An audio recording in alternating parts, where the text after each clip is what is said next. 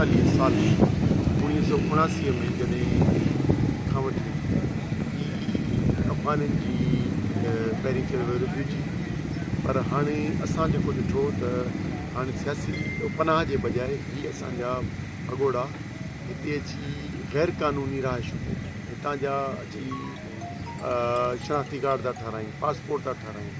उन खां पोइ हिते त न सिर्फ़ु ॿारनि पर सॼी दुनिया में बि काफ़ियुनि जायुनि ते दहशतगर्दी थी। पासपोर्ट पाकिस्तान जो ऐं ओरिजिन अफ़गान। दुनिया जे अमन लाइ असां ते मुल्क ते बोझ आहे, सिंध ते मुआशी ऐं असांजी डेमोग्राफी खे तब्दील करण में इन जो मनफ़ी असरु थो पवे। उन करे असीं चयूं था त हिनखे यकदमि कढियो वञे ऐं रियासत पंहिंजो संजीदा क़दम खणे।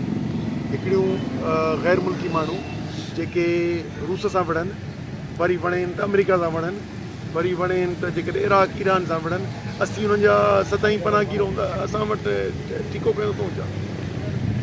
उन्हनि में जेकॾहिं कंहिं इदारनि जा के मर्सनरीज़ आहिनि त उहे महिरबानी करे उन्हनि खे अफ़गानिस्तान में के कैंपूं ठाहे उन्हनि जो कैंपूं ठाहियो। हाणे आउं चवंदो न सिर्फ़ु सिंध में न, पाकिस्तान में बि न ठहणु घुरिजनि कैंप, पर घटि में घटि सिंध मां ख़ुशूसन कराची ऐं ॿिए सॼे सिंध जे इलाइक़नि मां हिननि खे निकाली ॾिनी वञे ऐं हुननि खे पंहिंजे मुल्क में वसायो त जीअं असांजे लाइ असां ते मुआशी बोझ घटिजे ऐं इहो जवाज़ बणिजे थो त गैर मुल्की जेके भॻोड़ा आहिनि उहे मुख़्तलिफ़ मुल्कनि खां अची ऐं हिते पनाह ॾियनि था।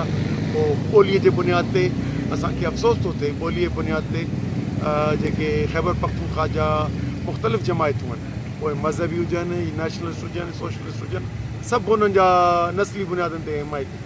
ॿोलीअ जे बुनियाद ते त पोइ अरब मुल्क हिकिड़ो मुल्क ॿिए खे कोन थो अचणु ॾिए।